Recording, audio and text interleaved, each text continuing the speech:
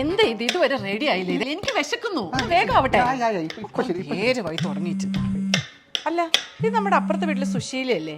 അവരെന്താ നിങ്ങളുടെ ഫോണിൽ വിളിക്കുന്നത്? ഞാൻ ചോദിക്കാം. വേണ്ട വേണ്ട, സ്പീക്കറിൽ ഇട്ടിട്ട് വേഗം സ്പീക്കർ. ഹലോ, സുശീല എന്താ ഈ രാത്രിയില്? ഹലോ ചേട്ടാ, ഞാനിപ്പോ ഒരു കാര്യം പറയാൻ വേണ്ടി വിളിച്ച. നമ്മൾ തമ്മിൽ എന്റെ പൊരുത്തമായിട്ടല്ലേ എന്റെ വയറ്റിലുള്ള അതുപോലത്തെ മറുകഥ ചേട്ടന്റെ വയറ്റിലും വന്നത്. സുശീല നമ്പർ മാറിയിട്ടൊന്നും ഇല്ലല്ലോ അല്ലേ? ഓ മനസ്സിലായി മനസ്സിലായി മനസ്സിലായി. എന്റെ ഭാര്യ സ്പീക്കറിലിട്ട് സംസാരിക്കാന്ന് മനസ്സിലായിട്ട് സുശീല പ്രാങ്ക് ചെയ്യല്ലേ? എനിക്ക് പിടികിട്ടി. അയ്യോ, മനസ്സിലായില്ല പ്രാങ്ക്. ഞാൻ കുറച്ചുകൂടി നേരം തട്ടിക്കാന്നൊക്കെ ഓർത്തിരിക്കുവായിരുന്നു.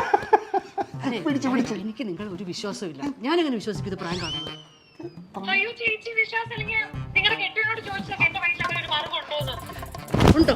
അവളുടെ വയറ്റിൽ അങ്ങനെ ഒരു മറുകുണ്ടോ? അവളുടെ വയറ്റിൽ അങ്ങനെ ഒരു മറുകില്ല. എന്റെ ഒരു കാര്യം ഞാൻ വിചാരിച്ച് അത് സത്യമാണെന്ന്. പ്രാങ്ക് ആയിരുന്നല്ലേ ശരിക്കും? ഓഹോ, എന്റെ ദൈവമേ. അപ്പോഴേ കറി ഉണ്ടായിക്കോ കേട്ടോ സുശീലേ. ശരി എന്നാ കേട്ടോ. മുതലാളി